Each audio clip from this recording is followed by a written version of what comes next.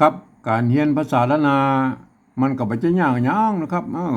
ท่านเรียนอักขระนะครับมันก็คือตัวอักษรนะครับในภาษาไทยนะเรียนไม้เนี่ยก็มันก็คือสระนะครับเห็นไหมเอาสองอย่างนี้มาผสมกันตามหลักการภาษาละนานะครับ7 วัน1 เดือนท่านก็อ่านออกเขียนได้เลยนะครับบ่ยากครับแต่มันจะไปยากอยู่ตอนที่ว่าเราเอาจะไปอวดอู้ให้คนอื่นในหูในหันตัวนี่โอ้นี่มันยากกว่านี้แล้วครับเห็นไหมมันบัดปัจจุบันนี้มันอย่างว่านะมัน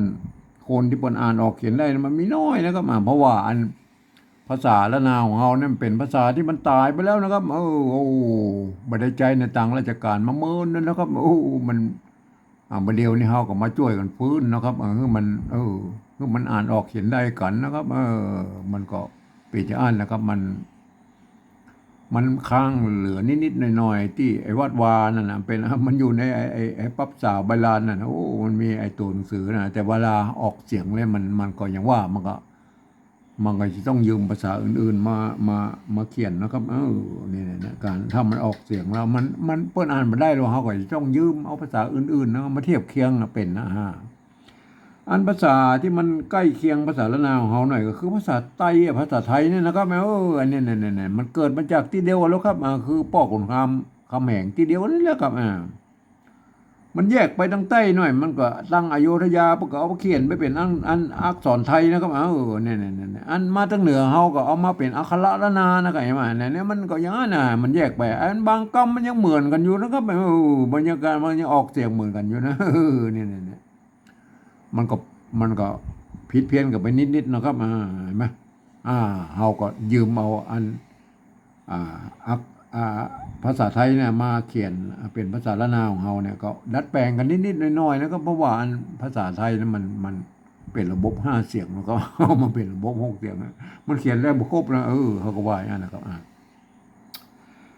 เรื่องปริวัตินี่นะเฮาลองไปกอยแล้วครับในโลกเนี่ยเปิ้นก็ใช้หลักการปริวัติภาษากันทั้งนั้นนะครับอย่างประเทศเวียดนามเนี่ยเปิ้นมีสงครามกัน200-300 ปีแล้วก็เปิ้นบ่สามารถที่จะถ่ายทอดไอ้ภาษาเดิมดั้งเดิมของเปิ้นภาษายึกๆยือๆอันแบบภาษาจีนแบบนั้นนะครับโบราณมาเขียนอย่างนั้นนะครับมาถ่ายทอดมาถึงลูกถึงหลานเบิ่แล้วก็ลูกหลานเพิ่นอ่านบ่ออกเขียนมาได้แล้วก็ไอ้ภาษายึกๆยือๆแบบนั้นนะครับเห็นไหมครับประเดี๋ยวนี้ลูกหลานเปิ้นภาษาไอ้ประเทศเวียดนามเนี่ยเพิ่นก็เอาไปหั่นไปเอาอักษรอาหรับิกนะครับมาเขียนเป็นภาษาของเปิ้นนะครับเปิ้นก็ใส่จุดใส่หมวกใส่ขีดนั่นน่ะปริวัตินะครับก็คือเอาไม่ได้ตามเสียงของภาษาของเปิ้นนั่นนะครับไม่มาเนี่ยมันเปิ้นฮ้องว่าปริวัตินะครับเอาภาษาอันอื่นๆเนี่ยมาเทียบเคียงเป็นภาษาของเปิ้นเนี่ยแล้วก็เอา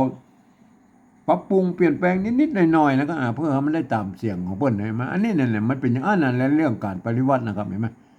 อันเฮาไปกอยในยุโรปแล้วครับอย่างเช่นฝรั่งเศสเยอรมันเนี่ยยูเครนรัสเซียอย่างพวกนี้นะครับโครเอเชียเนี่ยมันแถวยุโรปตะวันออกเนี่ยเปิ้นก็ใช้อันหลักการของการปริวัติทั้งนั้นนะครับเปิ้นยืมเอาอักษรอาหรับิกไปเขียนเป็นภาษาของเปิ้นครับเนี่ยแล้วเปิ้นก็ใส่จุดนะครับใส่หมวกใส่อะไรอย่างเหมือนกันแต่หมวกอันโครเอเชียนี่มันเป็นหมวกปิ้นมันเหมือนเวียดนามนะเวียดนามมันกรุ๊ปนะมันหมวกมันขีดกรุ๊ปลงนะมันหุ้มลงนะเหมือนกรุ๊ปเวียดนามนะกรุ๊ปหมวกจิกนะอันยูเครนไอโครเอเชียนี่มันหมวกง่ายขึ้นครับหมวกมันง่ายขึ้นเห็นไหมอันนี้มันนี่นะมันเป็นอย่างนี้นะเนี่ยลักษณะการปริวัติก็คือการเอาภาษาอื่นมาเขียนแล้วก็ปรับปรุงเปลี่ยนแปลงไปให้ได้ตามเสียงของมันนะบางครั้งเนี่ยนะครับไอภาษาเราเนี่ยเปิ้นยังเปลี่ยนนะครับเปลี่ยนอักษรบางตัวนะเพื่อมันได้ตามเสียงเป็นอันภาษาของเปิ้นนะก็ยังมีอยู่นะเนี่ยมันเป็นปริวัติเนี่ยเปิ้นก็ใช้อย่างนี้แหละครับหลักการปริวัติเห็นไหมก็คือปรับปรุงเปลี่ยนแปลงนะครับเห็นไหมนิดหน่อยๆคือไม่ได้ตามเสียงของเปิ้นเห็นไหมเฮาไปกอยอันอังกฤษหรอกครับ อังกฤษนี่เพิ่นจะเอาอันภาษาอักษรอาหรับิกเนี่ยไปเขียนเป็นภาษาของเพิ่นนะครับก็เอาเขียนแบบล้นๆนั่นนะครับบ่มีสักอย่างนะเอาอักษรอาหรับิกอย่างเดียวนั่นนะครับไปเขียนเป็นภาษาเพิ่นแต่เพิ่นมีข้อตกลงกันไว้ว่าเพิ่นจะให้ออก เสียงได้ตามใจชอบนะครับนี่คำเดียวกันนั่นแหละไปเป็นประโยคคำถามเนี่ยมันก็ออกเสียงแบบไงเนี่ยอันเป็นประโยคธรรมดาก็ว่าก็แม่นแบบเนี่ยมันเป็นอย่างนั้นอะไรมาอันก็มันก็แบบเดียวกันอันภาษาอันละนาเฮายุคต้นๆเนี่ยมันมีไม่เอกไม่โทอ่ะคือไม่เยาะไม่สั้นนั่นน่ะไม่ก่อจ้างนั่นน่ะก็เนี่ยมันก็พันได้หลายเสียงเหมือนกันเนี่ยเพราะก็ว่าไปตามอันไหนไหมเนี่ยต่อมายุคละนามันก็ใส่ไม่เอกไม่โทไม่เยาะไม่สั้นลงไปนะครับมันก็ครบเครื่องเห็นไหมมันก็จะเป็นนั่นนะครับหลักการปฏิวัติภาษานะครับเห็นไหมนะอันถึงเรื่องการปฏิวัติภาษาแล้วเนี่ยอันผมเองเนี่ยนะครับผมได้ใช้หลักการของสภาวัฒนธรรมมหาวิทยาลัยเชียงใหม่นะครับเปิ้นตกลงกันไว้เมื่อปลายปี28นะครับอันนี้เปิ้นตกลงกันไว้ว่าอย่างนี้นะครับเปิ้นตกลงกันไว้ว่าอันการที่จะเอาภาษาไทยเนี่ยมาสะกดเขียนเป็นภาษาละนาเนี่ยนะครับเนี่ยหรือที่เปิ้นฮ้องว่าปริวัตินั่นน่ะก็เนี่ยเพิ่นบอกว่ากระทำได้อยู่3แบบหรือ3รูปแบบนะครับแบบที่1นั่นน่ะเปิ้นจะเอาไว้เขียนบันทึกในหลักศิลาจารึกเอกสารสำคัญในโบราณนะครับเปิ้นจะเอาภาษาไทยเนี่ยไปเทียบเอามาทุกอักขระนะครับทุกไม้นะครับทุกเครื่องหมายนะครับไปเอามาโมดนะครับสเปดไปเอามาโมดนะครับอันนี้เป็นการปริวัติแบบละเอียดนะครับเนี่ยเฮาบ่ได้ใจเฮามาอู้ถึงแล้วเฮาเอาแค่นี้ก็พอนะครับเฮามาอู้ถึงแบบที่2นี่เลยนะครับแบบที่2นี่เพิ่นว่าอย่างนี้นะครับเพิ่นบอกว่ายืมเอาอักษรไทยนะครับเนี่ยยืมเอาอักษรไทยมาปรับเทียบเพื่อเป็นอักขระละนาตางบนปุ้นนั่นแล้วก็ประกอบกรรมขึ้นมากับแบบภาษาไทยผสมผสานกันไปนะครับบางครั้งไม้หรือสระมันบ่ตรงมาตัดกันก็สามารถบูรณะกำศัพท์ได้นะครับคือมันหน้าตามันแอบออกเป็นไทยนะครับหน้าตามันแอบแบบไทยๆนะแต่เวลาอ่านนั้นท่านต้องนึกถึงว่าอันกรรมมูนั้นมันเป็นอักขระละนานะครับเนี่ยบ่สามารถให้คนอื่นมาอ่านได้เพราะว่ามันจะเพี้ยนนะครับสำเนียงนะครับเห็นไหมอย่างเช่นตัวนี้อันนี้ท่านเห็นว่าอันนี้เป็นตัวปอปานะครับแต่เมื่อมันเขียนอันประกอบในอันเป็นอันภาษาปริวัติแบบที่2แล้วท่านต้องพอว่าไอ้นี่มันเป็นตัวปะครับมันเนี่ยมันก็เลยทำให้คนอื่นอันทั่วไปเนี่ยมันอ่านมาได้นะครับมันจะต้องไปคนที่บ่เรียนรู้ภาษาละนานี่จะต้องไปอ่านในแบบที่3หมดนะครับครับเดี๋ยวเฮาก็โอ้กันไอ้แบบที่3เฮามาโอ้กันแบบที่2ก่อนแล้วก็เนี่ยเอาตัวปอปาเนี่ยเทียบมาเป็นตัวปะเนี่ยไอ้ตัวปะใช่มั้ยเนี่ยเอาปอปามาเทียบใช่มั้ยเนี่ยไม้กือใช่มั้ยไม้กือไม้กือนะครับอันนี้เนี่ยเป็นไม้กือแบบโบราณนะยุคอันต้นๆนะครับเนี่ยยุคต้นๆที่เปิ้นอันใจแล้วนะก็ไม้กือแบบนี้นะครับรุ่นหลังๆมาเนี่ยไอ้โบราณยุคปลายๆนะเพิ่นจะเอาไม้กี้นะไม้กี้แล้วก็ตวัดห่างเลยนะครับอันนี้คือไม้กือแบบอันโบราณยุคปลายๆนะอันนี้เป็นไม้กือแบบไม้กี้แล้วก็ไม้สองน้อยเนี่ยอันตวัดไว้ตรงกลางเนี่ยมันเป็นไม้กือแบบโบราณยุคต้นๆแล้วก็หาไปก่อยเลยนะครับมาเนี่ยอันนี้เนี่ยไม้กือแบบโบราณนะครับยุคต้นๆอันนี้เนี่ยน้ำเห็นไหมเปิ้นบ่มีตอนนั้นเปิ้นมีไม่เอกไม่โทแล้วนะครับเปิ้นซัดเอานะครับไม้ซัดอันนี้อ่านว่าน้ำนะครับอันนี้อันนี้ก็บ่มีไม่โทไม่ขอจ้างเห็นไหมอ่านว่าม้อยอ่านว่าม้อยนะอันนี้อันนี้ตัวไม่กือใช่ไหมไม่กือใช่ไหมเนี่ยไม่กือโบราณใช่ไหมเนี่ยไม่กือโบราณเพื่อใจไม่กี่อันเขียนอย่างนี้นะครับแล้วก็ตวัดไม้สองน้อยเนี่ยตวัดไว้ตรงกลางนั่นนะครับเป็นไม้กือโบราณนะครับเปิ้นโบราณเพิ่นยังมีไม้กืออย่างเดียวนะมันมีไม้กือนะครับอันนี้ไม้กือไว้ใจร่วมกันนะครับอันนี้เนี่ยตัวงะสะกดตั้งลุ่มไปให้มันนั่นน่ะอันนี้ตัวนะนี่มันเนี่ยตัวนะตัวนะแล้วก็มีตัวงะสะกดตั้งลุ่มเนี่ยเดียวเอาตัวงะนี่ไปสะกดตรงบนบุญละก็ว่างไปนะครับก็เป็นลักษณะก่อนโบราณอันนี้หม้อนึ่งนะครับนึ่งเสียงโทพิเศษครับนึ่งไหมน้ำหม้อนึ่งไหมท่านเห็นไม่กือโบราณยังครับเพื่อนใจอย่างนี้นะครับไม่กือโบราณนะครับเห็นไหมเนี่ยท่านก็โปรดเข้าใจไว้เลยนะครับเห็นไหมเอามาต่อเลยนะครับเอาหูเราเป็นไม่กือนะครับอย่างนี้นะเนี่ยเขียนแบบโบราณไม่กือก็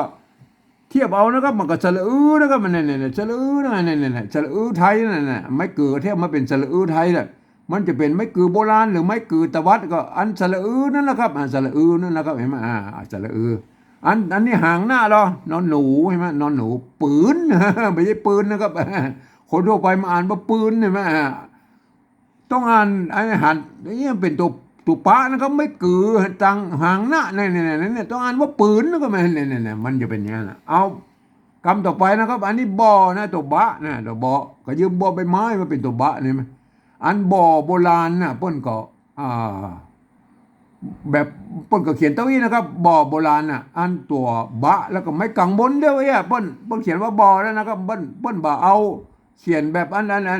ความจริงแล้วมันต้องมีอะกันย่อนอยู่ตรงรูปนี้นะครับไปมาแล้วก็มีมะเยาะนะครับมันก็เลยอ่านมันจะอ่านว่าบอนะครับบอมันเลยมันไปอ่านเป็นมันไปไปเหมือนกับบ่อน้ำบ่อหินอย่างมุ้นพวกก็เลยเขียนเต้าอี้นะครับมาโบราณพวกก็เขียนเต้าอี้นะบอนะครับเอาไปก่อยเลยนะครับอันบอนะคำว่าบอนะครับเห็นไหมอันนี้เอาไปดูแล้วนะเนี่ยโบราณพวกก็เขียนเต้าอี้ให้บอนะเนี่ยบอเห็นไหมเนี่ยถ้าพวกนั้นเนี่ยโบราณยุคต้นๆนะครับยุคต้นๆที่ยังบ่มีไม่เอกไม่โทไม่เยาะไม่ซัดนะครับพวกก็เขียนเต้าอี้ให้บอเนี่ยอันนี้คือบ่อใหม่บ่อได้มันมีซัดหน่อยไม่ซัดใส่นะครับได้อันนี้มันมีไม่โทลิ้นอันนี้อย่างลิ้นตัวกะเห็นไหมมันมีไม่เยาะกับลิ้นไก่เห็นไหมบ่ได้ลิ้นไก่บ่ได้ลิ้นไก่เนี่ยลิ้นปองเห็นไหมอันนี้อย่างเกาเห็นไหมเกาผมจะมีตัวใหญ่ไหมเนี่ยมาเกาเห็นไหมเห็นไหมมันเนี่ยภาษาละนายุคต้นๆเห็นไหมเนี่ยใส่เนี่ยเกลือเห็นไหมเนี่ยเห็นไหมใส่เกลือปอเนี่ยไม่ก่อฮะไม่ก่อมันมีเอียนเห็นไหมตัวปะเห็นไหมไม่ก่อใช่ไหมตัดใช่ไหมใส่เกลือปอตัดใช่ไหมเนี่ยเห็นไหมก็ท่านก็โปรดเข้าใจว่านะเข้าใจว่านะครับเอามาปิกมาก่อยเลยนะครับบ่อเปิ้นเขียนอย่างอี้นะครับโบราณนะเปิ้นเขียนเปิ้นบ่มีมะยอนะครับเปิ้นจะมีตัวบะก็ไม่กังวลตัวอันนะครับทีนี้เฮามาปริวัตินะครับถ้าเป็นแบบที่หนึ่งเนี่ยไปใจเอาไม้กังวลนี่มาตัวนะครับเนี่ยมันหนึ่งแต่เฮากับบูรณะนะครับเฮากับบูรณะคำศัพท์ว่ามันเป็นบ่อนะคือมันออกหน้าตาแบบไทยๆหน่อยก็คืออย่างอี้นะเนี่ยใส่ไม้เอกเข้าไปนะไม้บอนะครับปืนบอนะได้แล้วนะอันที่บูรณะคำศัพท์นะครับอันนี้เราไม่เก๋นะครับตัวตะนะครับตัวมะนะครับอันนี้การว่าเต็มเลยแม่เต็มแล้วนะครับมาจ้องไปอย่างแล้วประการว่าเต็มแล้วมันต้องไปซัดอย่างแล้วนะครับมาเพื่อมาเต็มแม่เนี่ยมันต้องไปใส่อย่างแล้วมาเต็มอันนี้เขาก็เอามาเต้าอี้ก็เต็มไม่ใช่เอามาใส่ไม้แต่คู่นะมันเป็นเต็มไม่ใช่นะมันไม่ใช่นะครับมันมีเต้าอี้ก็ไปที่วัดมาเต้าอี้นะครับเต็มแม่อันนี้เต็มอ่านว่าเต็มนะว่าอันนี้หรอไม่แก่ตัวละนะครับมันเนี่ยตัวละละเนี่ยเห็นไหมตัวละละไม่ก็จ้างนะความจริงโบราณบอกสะกดทั้งลุ่มนี่นะครับเดี๋ยวนิยมเอาไปไว้ในหลังนี่เพราะว่ามันจะยาวไปเอาก็แล้วแต่นะครับก็สุดแต่ยุคนะครับมันก็อาจเปลี่ยนแปลงกับไปนิดๆนะครับเพื่อมันอย่างว่ามันเพื่อให้มันงามนะครับ อันนี้แรงนะตัวงะนะครับสะกดด้วยตัวงะนะแรงเสียงโทพิเศษนั่นแรงเห็นไหมอันภาษาไทยเพิ่นเขียนมาได้แล้วก็ไอ้เสียงโทพิเศษเนี่ยเพิ่นเขียนได้แก้อันเนี้ยแบบถ้าเขียนอ่านว่าแรงนะครับ แรงมันเสียงโทปกติเห็นไหมอันนี้เพิ่นอ่านว่าแรงเนี่ยก็เวลาละเฮาอ่านเนี่ยบ่คือคนทั่วไปมาอ่านได้เพราะอย่างเพราะมันจะเพี้ยนสำเนียงนะท่านต้องเห็นว่าเป็นไม้แก่ตัวละนะครับไม้ขอจ้างนะตัวงะไหนมาอ่านว่าแรงตัวตรงบนพูดไหนมาเนี่ยอันเดียวเฮาปฏิวัติแบบที่3เฮาค่อยอุ้มกำตัวนี้เหรออันนี้ตัวจ้านะครับเห็นไหมอันนี้ตัวจ้าก็เอาจอจานมาเทียบเห็นไหมอันเนี้ยอันไม้ไก่นะครับเห็นไหมไม้ไก่ตัวป้านะครับตัวป้ายืมตัวพอพานมาเป็นไงแม่ตัวปอเนี่ยตัวปอในภาษาอันละนามันมี2ตัวตัวปะกับตัวปะนะตัวปะแบบอักษรสูงนะครับตัวปะแบบอักษรต่ำนะเสียงสมานนี่ต้องใจตัวปะนะไปเห็นไหมอันนี้เอามาเขียนนี่มันเขาจะมันงงกันนะครับเห็นไหมมันงามในภาษานะครับมันก็อ่านเอาบูรณะคำศัพท์เพื่อเห็นหน่อยนะครับเอาจะเนี่ยใส่สระเพื่อเห็นหน่อยนะครับอันนี้อ่านว่า อ่านว่าจะไปนะไม่ใช่จะไพนะครับเนี่ยอันเอาบูรณะคำศัพท์มันก็เหมือนไอ้เนี่ยถ้ามันบะอันคำว่าพระเนาะเนี่ยพระเนี่ยถ้าเอามาใส่สระมันอ่านเป็นพรเนี่ยมันใส่ไม่กล้าอ่านเป็นพระใช่ไหมใส่สระไว้ให้น้อยนะพระเนี่ยมันก็เป็นอย่างนั้นนะครับเห็นไหมอันนี้กันเข้าใจผิดก็อ่านว่าจะไปเนี่ยเอาเราต่อไปนะครับเห็นไหมอันนี้ไม่ไก่นะครับตัวละนะฮะตัวละไม่เอกไม่เยาะไม่เอกเห็นไหมอันนี้ไล่อันนี้ตรงแล้วมันเป็นอย่างอันนี้ล่าตัวละไม่เอกนะครับไม่เยาะนะอันไม่กาไล่ล่าอันนี้ไล่ล่านี่มันเต่ากันฮะเดินเนี่ยเดินก็เต่าเห็นไหมไม่เกตัวดะไม่กิตัวนะเห็นไหมเดินแล้วก็ดงแล้วก็ดอตัวดะตัวงะดงเห็นไหมได้อะไรมาได้อะไรนะจะไปล่าเดินดงนี่อันนี้บางกรรมนี่มันก็เหมือนว่าไล่ล่าเดินดงเนี่ยบางมันก็ตรงกับภาษาไทยแล้วกับบางครั้งนะมันเกิดมาจากที่เดียวกันแล้วครับบางคำมันก็ใจร่วมกันนะพวกของเราก็แห่งอันพวกคุณงำเมืองนะครับอันสามกษัตริย์สมัยนั้นอะไรไหมอันพญาเมงลายมันก็เปื้อนเป็นเปื้อนกันโลเพื่อใจภาษาอันเดียวกันนั่นแหละมันก็เหมือนกันนั่นแหละไล่ล่าเดินดงต่อไปเงินก็มาตัวไม่เก๋ตัวงะนะไม่กิตัวหางหน้าเงินได้อะไรไหมเงินใช่ไหมอันนี้บ่อ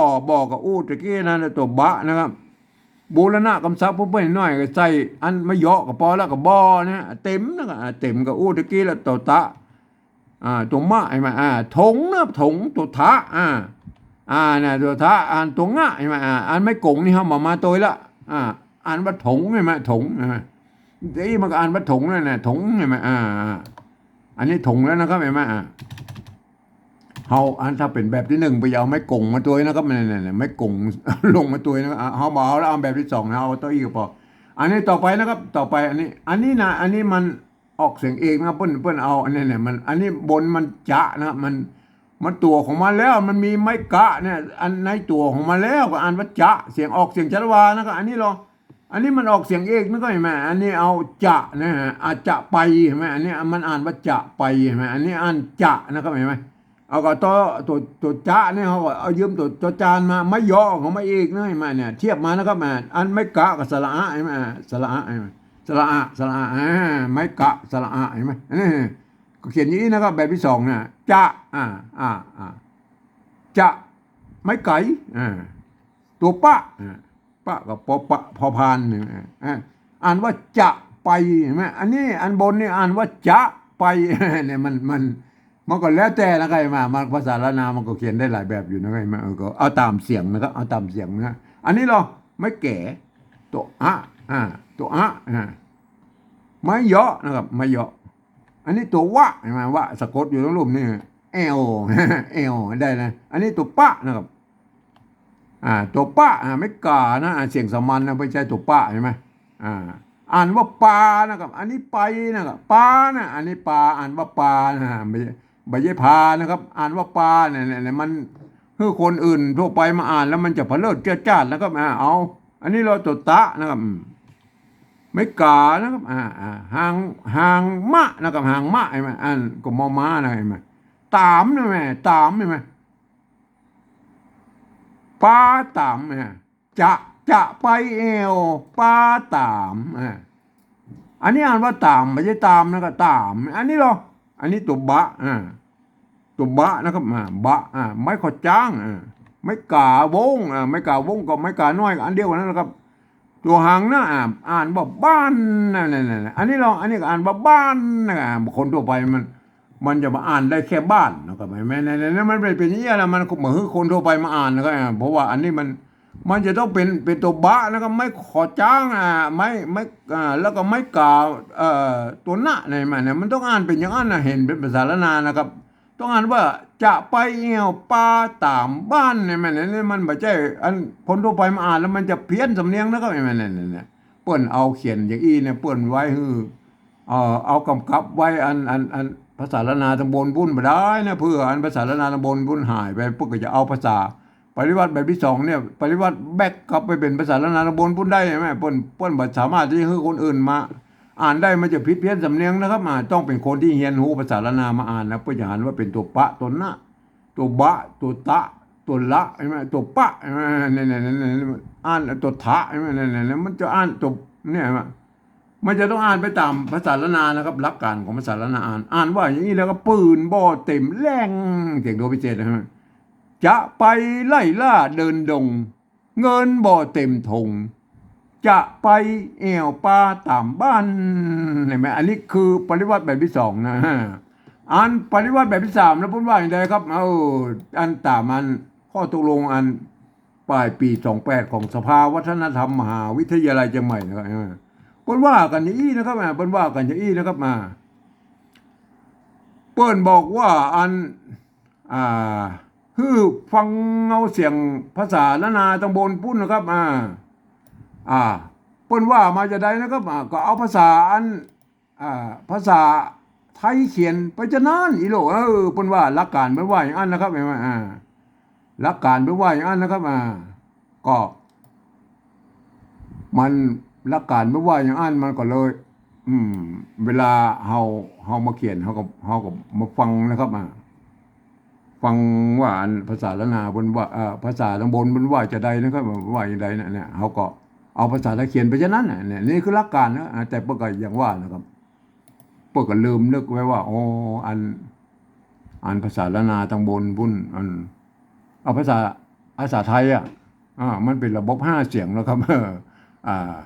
อันภาษาละนามันเป็นระบบ6 เสียงนะครับเนี่ยมันก็จะเอา5 เสียงแล้วไปเขียนระบบ6 เสียงมันบ่ได้ครับมันบ่ได้บางเสียงนะครับบางเสียงก็คือเสียงอันโทพิเศษโทเมืองนี่แหละครับมันบ่ได้อันเสียงนี้ละเพราะว่าอันภาษาไทยมันบ่มีนะครับมันบ่มีอันมันบ่มีอันมันมีวรรณยุกต์นะครับมันบ่มีวรรณยุกต์นะครับมันก็เลยเฮาก็จะต้องเอาดัดแปลงกันเอาเองนะครับก็เนี่ยได้มันก็ดัดแปลงเอาเองก็เฮาก็ต้องใช้หลักการปริวัติภาษาอันตามรูปแบบของอันตามรูปแบบของอันภาษาไอ้เวียดนามนั่นน่ะที่เปิ้นปริวัติกันนะครับเห็นไหมพวกก็ใส่จุดใส่หมวกใส่ขีดอย่างว่าก็มัวเอาไม่ได้ตามเสียงนะใครมาก็มันก็ต้องเป็นอย่างนั้นใช่ไหมก็มันเราก็จะต้องไปใจอันแบบเดียวกันนะครับไอ้มา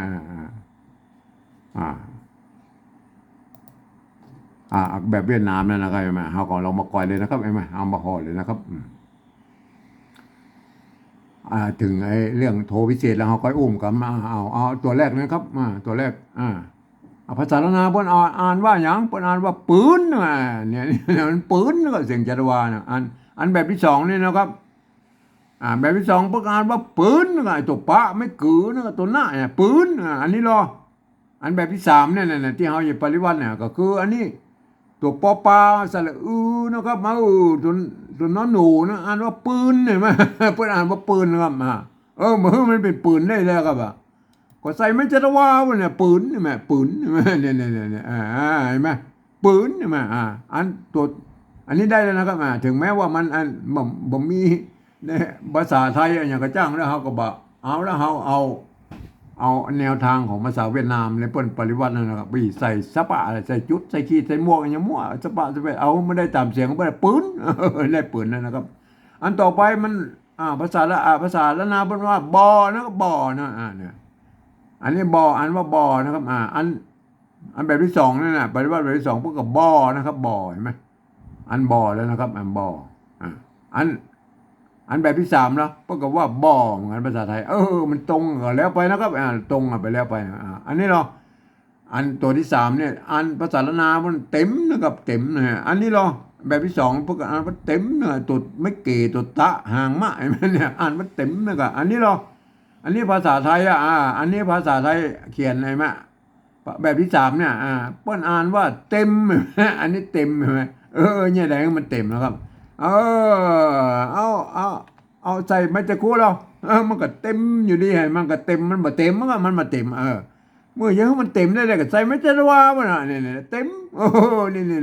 เต็มเสียงจัตวาไหมปืนบดเต็มเนี่ยอันนี้แร่งมันแร่งมันเสียงโทพิเศษแล้วครับอันนั้นเนี่ยแร่งเนี่ยมันเสียงโทพิเศษนั่นเนี่ยโทเมืองน่ะที่ภาษาไทยเพิ่งเขียนมาได้น่ะแร่งเห็นไหมเนี่ยเสียงโทพิเศษแร่งเห็นไหมอันแบบที่สองนี่ไม่แก่ตัวละไม่ขอจ้างนะครับตรงง่ะเห็นไหมอ่านว่าแร่งอะไรไม่นะอันลุ่มเนาะแบบที่สามนี่เปิ้นสระเอตัวหอรอนะครับเป็นหอรออันตัวหอกับลอลิงเนี่ยไม่โทตัวงะเนี่ยอ่านว่าแร่งนะครับ แร่งเสียงโทปกติแล้วเนี่ยจะมันเป็นเสียงโทพิเศษได้เลยโทเมืองไหนมาเนี่ยแร่งผมเองเนี่ยผมได้ใส่จุดไว้ประดับไว้นะครับเนี่ยเอแร่งเห็นไหมอันนี้แร่งเสียงโทพิเศษนะเขาก็ใจแนวทางของเวียดนามนั่นแหละครับไปใส่จุดใส่หมวกใส่อะไรมั่วเพื่อสปาสเปรอ่าเพื่อให้ได้ตามเสียงของเพื่อนอันนี้ก็เหมือนกันนะครับผมเองก็ใส่จุดประดับไว้นะเพื่อให้มันหวยว่าโอ้อันนี้จิบคำนี่มีจุดอ่านออกเสียงโทพิเศษนะครับถ้าบ่มีจุดอย่างนี้ก็อ่านว่าแร่งเสียงโท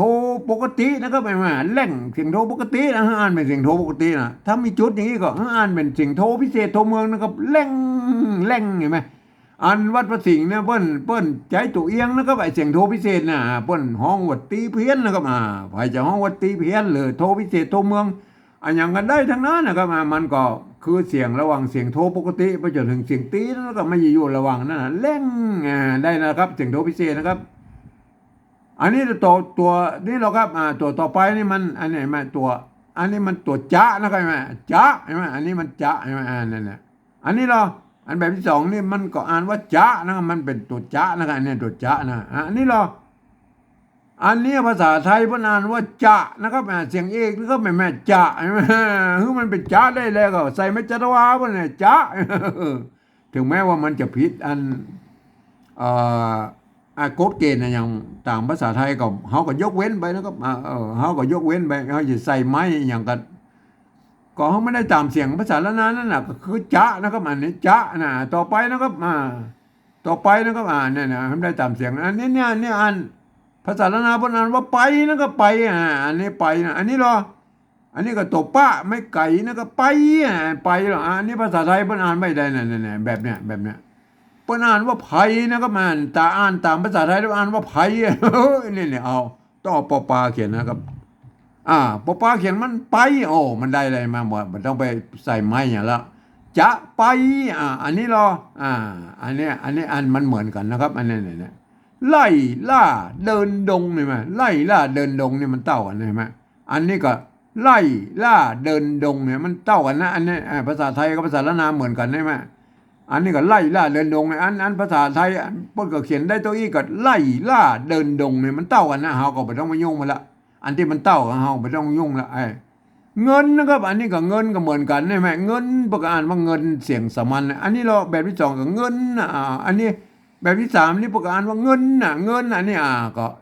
มันเหมือนกันแล้วไปบ่อนะก็บ่อเต็มอันนี้บ่อนะครับอันแบบนี้กับบ่อนะครับอันภาษาไทยก็บ่อเต็มนะอันนี้เต็มใช่ไหมเต็มเต็มนี่เขาก็อู้ตะกี้แล้วมันอันนี้ปกติเต็มใช่ไหมอันนี้มันภาษาไทยเพิ่นอ่านว่าเต็มเขาใส่ไม่จัตวาเพิ่นนะครับเห็นไหมใส่ไม่จัตวาเต็มอันนี้เห็นไหมอันต่อไปนะไอ้ตัวนี้นี่ก็คือถงนะถงภาษาละนายบอกเสียงว่าถงนะไอ้แบบที่สองนี่ประกาศว่าถงใช่ไหมอันนี้เราอันแบบภาษาไทยประกาศว่าถงมันเต้ากันก็แล้วไปนะครับเมื่อมันเต้ากันเขาก็ไม่ต้องมายุ่งเลยมั้ยอันตัวต่อไปนะครับเนี่ยตัวต่อไปก็คืออันเนี้ยภาษาละนาเพิ่นออกว่าจะนะครับเนี่ยมันมีไม่เยาะครับมันอ่านออกเสียงเองก็จะนะจะไปใช่ไหมอันนี้จะไป อันนี้มันจะไปอันบนนี่มันจะไปใช่ไหมอันเสียงจัตวาอันนี้มันจะไปเขาก็มาดูเลยนะครับอันแบบที่สองเนี่ยอ่านว่าจะไปใช่ไหมพวกอ่านไปต่างบนอันรุ่มเนี่ยหรออันเนี้ยอันปฏิวัติแบบที่สามเนี่ยมันตามสำเนียงอันภาษาไทยแล้วก็จะไปเนี่ยบ้านนั้นเสียงจะเนี่ยมันในภาษาไทยเพิ่นบ่ต้องใส่ไม่เอกนี่เพิ่นก็จะอยู่แล้วเห็นไหมเนี่ยอันนี้จะอยู่แล้วเสียงเอกอยู่แล้วก็บ่ต้องไปใส่ไม่เอกเพิ่นนะครับเห็นไหมจะไปเนี่ยไปเนี่ยมันไผครับก็เอาปอปลาเขียนเนี่ยจะไปเห็นไหมเนี่ยจะไปอันนี้รอ เอวนะครับเอวนะครับภาษาละนาเอวนะครับอันแบบที่สองนี่ก็เอวนะครับเอวเสียงเอกนะครับเอวนะครับไม่อันแบบที่สามนี่เราก็ภาษาไทยมาเขียนพวกก็เอวเหมือนกัน ก็เต้ากันแล้วไปนะครับบางคำมันก็เหมือนกันลูกครับภาษาไทยภาษาละนาเนี่ยมันเกิดมาจากที่เดียวกันแล้วคือพวกผู้รามคำแหงเนี่ยใช่ไหมไอ้ป้านะครับเนี่ยตัวป้านะครับไม่กล้าป้านะครับอันนี้เรา อันนี้ตัวป้าไม่กล้ากับป้านะครับเนี่ยป้าอันภาษาไทยแล้วครับภาษาไทยอันนี้เปิ้นอันตัวพอพานสระอาเปิ้นอ่านว่าพานะครับอ่านว่าพาใช่ไหมต้องเอาปอปลาเขียนนะครับป้าอันนี้ได้แหละป้าอันนี้หรออันตัวเนี่ยตัวนี้ตามนะครับตามอันตัวตะไม่กล้าตัวหางมะเนี่ยเปิ้นอ่านว่าตามเสียงเจตวาแล้วแบบที่สองเราตัวตะไม่กล้าตัวมะใช่ไหมอ่านว่าตามแล้วก็อันนี้เราแบบที่สามเนี่ย แบบที่สามนี่เปิ้นตัวตอเต่านะครับสระอาตัวมะมะอ่านว่าตามเห็นไหมเนี่ยมันเสียงสามัญเนี่ยตามเขาก็มันเป็นตามได้แล้วก็ใส่ไม่จัตวาบนตามเห็นไหมเนี่ยอันแล้วก็ตามแล้วนะครับแม่อันนี้รอเนี่ยตัวนี้รอบ้านเสียงอันโทพิเศษนะครับภาษาละนาบ้านเห็นไหมเสียงโทพิเศษบ้านแรงเห็นไหมบ้านแรงบ้านอันนี้รอ อันนี้ก็ตัวบะไม่ขอจ้างนะครับตัวไม่กานะครับตัวหางหน้าเนี่ยก็อ่านไปตามภาษาละนานบนว่าบ้านนะครับเนี่ยอันนี้เราอันแบบที่สามเนี่ยเราเขียนอย่างนี้เห็นไหมบอใบไม้เนี่ยไม่โทสระอาตัวนอนหนูเนี่ยอ่านว่าบ้านนะครับเนี่ยมันเสียงโทปกติบ้านนะครับภาษาไทยบ้านอ่านได้แค่บ้านนะครับจะคือมันเป็นบ้านได้แล้วก็เฮามาเขียนนั่นแหละไอ้ตัวนี้มันเป็นอันตัวบะนี่มันเป็นอักษรกลางเฮาจะพันให้รู้นะครับบานนะครับบานบานอันเนี้ยอันนี้บานนะครับไม่เอกบานเสียงเอกนะครับไม่โทบ้านเสียงโทปกตินะครับบ้านเห็นไหมบ้านนี่แหละบ้านจะเขียนได้เลยครับก็เป็นอย่างนี้ก็ใส่จุดตามหลักการของผมนะบ้านเห็นไหมบ้านเสียงโทพิเศษเลยแล้วบ้านเสียงตีเนี่ยได้บ้านบ้านบ้านมันมีอันอย่างแต่เฮาพันให้รู้ไปได้บ้านอันละบ้านเนาะบ้านนะบ้านบ้านนี่แม่ได้กูเสียงนะครับถ้าเขียนแบบผมนี่ได้กูเสียงแล้วบ้านไอ้บ้านบ้านมันเสียงโทพิเศษนะครับเห็นไหมบ้านอันนี้เปิ้นภาษาไทยเปิ้นอ่านว่าบ้านนะครับเสียงโทปกตินะครับแต่จะให้มันเป็นเสียงโทพิเศษได้ก็ใส่จุดเข้าไปนะครับบ้านเห็นไหมเนี่ยจะเป็นอย่างถ้าเขียนตามแนวทางของผมนี่จะเขียนได้กู้เสียงนะครับท่านบดีไปเปิบเอาเนี่ยอันนี้เนี่ยเอาไปเป็นบ้านนี่หรอที่ผ่านมาบัดเดียวเนี่ยมันส่วนใหญ่คนส่วนใหญ่ละเอาบ้านเนี่ยเอาบ้านเนี่ยเปิบขี้ตู้ไปเป็นบ้านนี่หรอแล้วก็ไปเขียนเสียงอื่นมันก็ผันลาบก็ไปหมดแล้วครับอันอย่างเช่นอย่างเงี้ยอันอย่างนี้เนาะอันนี้เนี่ยแต่เป็นภาษาปฏิวัติแบบที่สองเปิ้นอ่านว่าต้านนะครับต้านพญาต้านอะไรอย่างมั่วต้านนั่นต้านนี้เห็นไหมในต้านท่านมันจะต้องเอาเต่าเขียนนะเห็นไหมเต่าเขียนก็อย่างนี้เห็นไหมต้านเห็นไหมต้านแล้วก็บางคนก็เอาอันนี้มันเป็นบ้านเนาะก็เปิบขี้ตู้เป็นบ้านเนาะท่านเวลาท่านเขียนเอาไม้โทใส่มันบ้านต้านเห็นไหมมันจะเป็นมันบ้านท่านก็จะต้องมันจะเหมือนกันนะครับมันจะเหมือนกันนะมันก็เลยเอาบ้านอันนี้อันเนี้ยท่านจะใส่ไม่เยาะไม่เอกเนี่ยมันก็เลยกลายเป็นตาลเลยมั้ยตาลบ้านตาลบ้านโอ้มั่วกันไปหมดนะครับผมมาเอานะครับไอ้ตาลไม่โทต้านเห็นไหมต้านมันถ้ามีจุดที่บ้านเห็นไหมบ้านอันนี้เสียงโทปกตินะต้านเห็นไหมต้านอันนี้บ้านเห็นไหมบ้านเห็นไหมเนี่ยนะมันถ้าเขียนแบบผมนี่ได้กู้เสียงนะครับถึงแม้ว่าท่านจะเป็นฝรั่งมังค่าอย่างลูกที่ไหนมาก็จ้างได้ไงมากระทั่งเรียนภาษาไทยมาเรียบร้อยแล้วนะครับขอให้ท่านไปอ่านไปตามหลักการของภาษาละนานะครับภาษาไทยนะครับโทษทียกเว้นกรรมที่มีจุดอย่างนี้คืออ่านออกเสียงโทพิเศษนะครับเนี่ยกรรมที่เป็นอยนะครับคืออ่านเป็นยอยักษ์ไทยนะครับกรรมที่เป็นยอยักษ์ตัวเดียวคืออ่านเป็นตัวญะนะครับยอยักษ์แบบละนานะครับอ่าน คำที่มีไม้จัตวาอีกออกให้มันออกเสียงจัตวานะครับเห็นไหมก็ท่านอ่านไปเลยนะครับท่านจะได้อันสำเนียงเชียงใหม่ไตยวนไปเลยนะครับเชียงใหม่ไตยวนนะครับก็อ่านกันได้ยีนะครับเห็นไหมอ่านให้ดูเลยนะครับเป็นพลังมากอ่านไปเลยนะครับปืนบ่อเต็มแล่งจะไปไล่ล่าเดินดงเงินบ่อเต็มถงจะไปแอวป่าตามบ้านในแม่นี่อันนี้คือสำเนียงไตยวนเชียงใหม่นะครับเปิ้นออกเสียงอย่างนี้ถ้าเป็นไตลือนะครับหรือยองมันก็จะเพี้ยนกันไปนิดนะครับก็ไปตามนั้นนะครับ ไปตามเผ่าพันธุ์นะครับอันนั้นแบบที่สองนี่เปิ้นแบบที่สองนี่เปิ้นไว้ฮืออันคนที่เปิ้นเรียนรู้ภาษาละนามาอ่านนะครับเปิ้นไม่ได้ให้คนทั่วไปมาอ่านแล้วก็นั่นถ้าคนทั่วไปมาอ่านมันจะผิดเพี้ยนสำเนียงนะครับคนละนาเปิ้นคนที่เปิ้นเรียนรู้ภาษาละนาเปิ้นก็หันว่าเป็นอันนี้เป็นตัวปะนะครับไม่กือนะตัวหน้าไอ้มาตัวบะไอ้มาตัวตะตัวมะไอ้มาตัวละไอ้มาเนี่ยว่าเป็นภาษาละนาด้วยครับนั่นเปิ้นอ่านว่าปืนบ่เต็มแล่งจะไปไล่ล่าเดินดงเงินบ่เต็มถงจะไปแอวป่าตามบ้านเห็นไหมนั่นเปิ้นจะอ่านกันได้ยี่นะก็เห็นไหมเห็นไหมสำหรับภาษาละนาตำบลเปิ้นก็เขียนได้อยู่หลายแบบอย่างนี้นะเห็นไหมนั่นเปิ้นก็เขียนได้ยี่นะครับแต่มันบางครั้งนี่มันก็อย่างว่านะครับละนาของเขามันมีหลายเผ่าพันธุ์นะครับไตยวนไตลั่วไตลื้อไตเขินไตยองเห็นไหมโอ้อันแต่ละที่มันก็เขียนกันมาตั้งแต่โบราณนะประกาศนิยมกันแตกต่างกันไปนิดๆนะครับบางส่วนใหญ่แล้วก็เขียนเหมือนกันนะครับมัน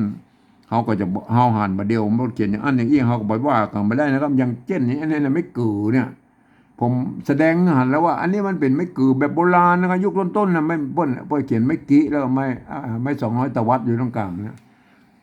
อันนี้คือไม่เกิดนะประเดี๋ยวนี้เปิ้นก็เอาไม่กี้เขียนนี้แล้วก็ม้วนห่างเลยก็ได้มันก็อันส่วนแล้วแต่นะมันจะเขียนไม่เกิดแบบไรก็ได้นะครับอันนี้อ่านว่าปืนเห็นไหมเนี่ยอันนี้บอนี่แหละครับอันบอนี่อันปกติโบราณแล้วเปิ้นบอกมีกันย่อนนะครับปกติเขียนตัวอี้ในบอใช่ไหมบางที่ปกติจะใส่ไม่เยาะนะครับใช่ไหมก็ส่วนแล้วแต่ท่านชอบนะครับก็บางที่มันก็เหมือนกันนะครับอันอย่างกำจะกับจะเนี่ยถ้าท่านจะเขียนแยกออกเสียงเอกมันก็เอาจะอย่างนี้ไหมถ้าจะเอาเสียงจัตวามก็จะอย่างนี้ไหมอันเนี่ยก็ท่านไปชอบก็ไปเขียนกันเอาเองครับก็เป็นอย่างนั้นนะพวกอ่านกันได้นะก็พวกอ่านกันว่าอย่างนี้นะก็เห็นไหมปืนบ่เต็มแล่งจะไปไล่ล่าเดินดงเงินบ่เต็มถงจะไปแอวป่าตามบ้านไอ้แม่นั่นภาษาละนะครับผมขอฝากนะครับเรื่องการปฏิวัติภาษาเนี่ยที่เราจะไปอวดให้คนอื่นได้ฮู้ในหันตัวภาษาของเราเนี่ยนะครับท่านจะต้องมีหลักการปฏิวัติภาษานะครับไม่ใช่เอาหลักกูนะครับกูเขียนอย่างนี้ก็คือหลักกูครับหลักกูเราต้องใจร่วมกันนะครับก็คือข้อตกลงปลายปี28ของสภาวัฒนธรรมมหาวิทยาลัยเชียงใหม่นะครับเปิ้นตกลงกันไว้แล้วมันก็คล้ายๆเป็นกฎเป็นกฎนะครับเป็นกฎนะครับมันยังไม่มีอันที่ข้อตกลงใหม่นะครับที่มันจะประชุมกันใหม่เนี่ยก็ว่ากันไปนะถ้าประชุมกันใหม่ก็ว่ากันไปตามกฎใหม่เนี่ยอันนี้ปลายปี28แล้วเปิ้นตกลงเอาไว้ไปเมินนะครับเมินแล้วเขาก็มาใจร่วมกันนะครับมันไม่ใช่ว่าเอาลักกูนะครับเอาลักกูเขียนไม่ใช่เอาไปตามนั้นมันใช่นะครับก็พยายามนะครับพยายามปฏิวัติกันนะครับเพื่ออนุรักษ์รักษาภาษาละนาวของเขาไว้นะครับครับขอฝากกันไว้ตรงนี้นะครับวันนี้ผมก็ขอบรรยายเพียงแค่นี้นะครับ